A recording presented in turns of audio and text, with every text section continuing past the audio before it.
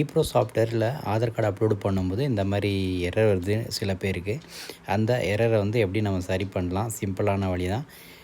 அதுதான் இந்த வீடியோவில் பார்க்க போகிறோம். அதுக்கு முன்னாடி நம்ம என்னென்ன சாஃப்ட்வேர் கொடுக்குறோம் அதை பற்றி பார்த்துடலாம்.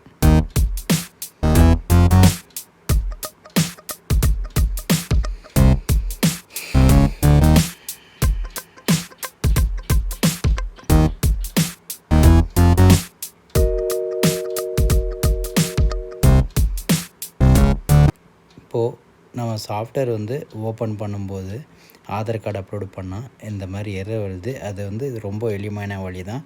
நம்ம எப்படி ஃபிக்ஸ் பண்ணுறதுன்னு பார்த்துடலாம். இந்த சாஃப்ட்வேர் வந்து ஓப்பன் பண்ணுங்கள். சாஃப்ட்வேர் ஓப்பன் பண்ணும்போது காமனாக அப்படி பண்ணுவீங்க. ரைட் கிளிக் பண்ணி ரன் அஸ் அட்மினிஸ்ட்ரேட்டரு கொடுத்து தான் ஓப்பன் பண்ணுறீங்க. ஓப்பன் பண்ணுங்கள். ஓப்பன் பண்ண உடனே இப்போ பாருங்கள், ஆதார் கார்டு நான் வந்து அப்லோடு பண்ணுறேன். ஆதார் கார்டு அப்லோடு பண்ண உடனே பாஸ்வேர்ட் போட சொல்லி கேட்கும். அது வந்து இப்போ பாஸ்வேர்டு என்ட்ரி பண்ணுறேன்.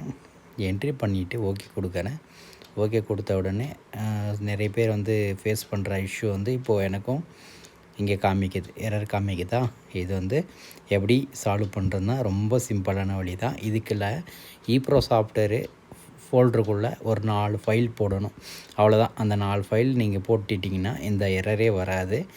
அந்த ஃபைலு எங்கே இருக்குது அதை பார்த்துலாம். இந்த ஃபைலு உங்களுக்கு வந்து தேவைப்பட்டுச்சுன்னா எனக்கு மெசேஜ் பண்ணுங்கள். இங்கே ஒரு ஃபோல்டர் இருக்குது பாருங்கள். இந்த ஃபோல்டரில் ரைட் கிளிக் பண்ணுங்கள். இந்த ஜிப் ஃபைலை ரைட் கிளிக் பண்ணி எக்ஸ்போர்ட் ஃபைல் இருக்குல்ல, அது கொடுத்தீங்கனாக்கா உங்களுக்கு ஒரு ஃபோல்டராக ஓப்பன் ஆகும். இந்த ஃபோல்டராக ஓப்பன் ஆன பின்னாடி அதுக்குள்ளே ஒரு 4 ஃபைல் இருக்கும். இந்த 4 ஃபைலை 4ஐயும் செலக்ட் பண்ணிவிட்டு காப்பி பண்ணிக்கோங்க. சரிங்களா?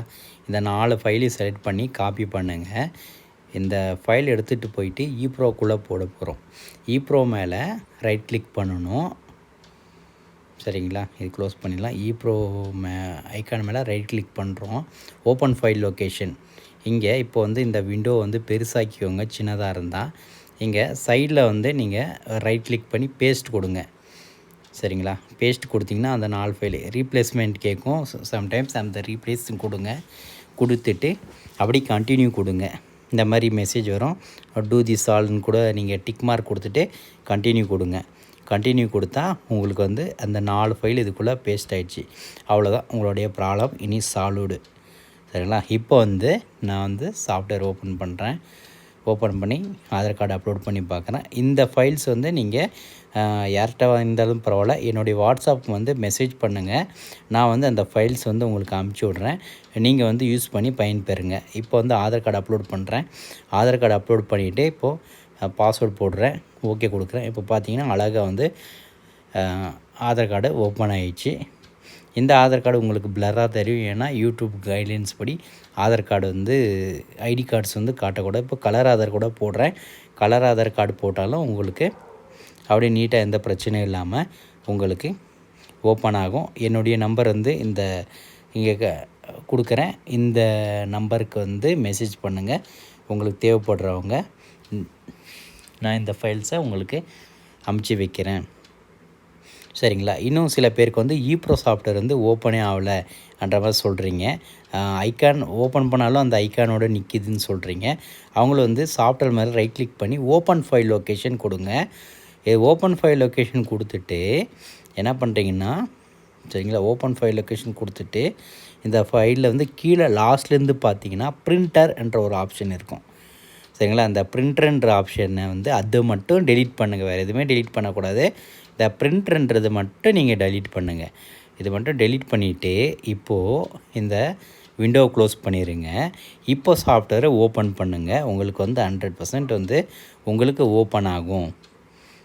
சரிங்களா? என்ன ஒரு பிரச்சனைனா, இது ஓப்பன் ஆன பின்னாடி உங்களுக்கு ஸ்டார்டிங் ஸ்டேஜில் எப்படி இருந்தது, பிரிண்டர் செட்டப் பண்ணுறதுக்கு முன்னாடி அந்த மாதிரி தான் இருக்கும். இந்த மேக்ஸி A4 இந்த எதுவுமே இருக்காது. நீங்கள் வந்து புதுசாக ப்ரொஃபைல் செட் பண்ணிக்கணும். சரிங்களா? இது மட்டும் மனசில் வச்சுக்கோங்க. உங்களுக்கு வந்து ஒர்க் ஆகும். அதுக்கப்புறம் நீங்கள் நம்மக்கிட்ட வந்து எம்ஜி பிரிண்ட் சாஃப்ட்வேர் நிறைய பேர் வாங்கியிருக்கீங்க. வாங்கினவங்க வந்து எங்களை காண்டாக்ட் பண்ணுங்கள். அப்டேட் வெர்ஷன் வந்திருக்கு. ஏன்னா எனக்கு பிஸி ஷெடியூல்னால் என்னால் பல்காக மெசேஜ் பண்ண முடியல. ஒரு 2 டேஸ் கழித்து நான் பண்ணுறேன். அதுக்கு இப்போதைக்கு வந்து நிறைய பேர் வாங்கிட்டு இருக்கீங்க. அதே போல் சாஃப்ட்வேர் மேலேயும் போயிட்டுருக்கீங்க போகுது லைனு. அதை பார்த்து வந்து நிறைய பேர் வந்து அப்டேட் பண்ணிகிட்டு இருக்கீங்க.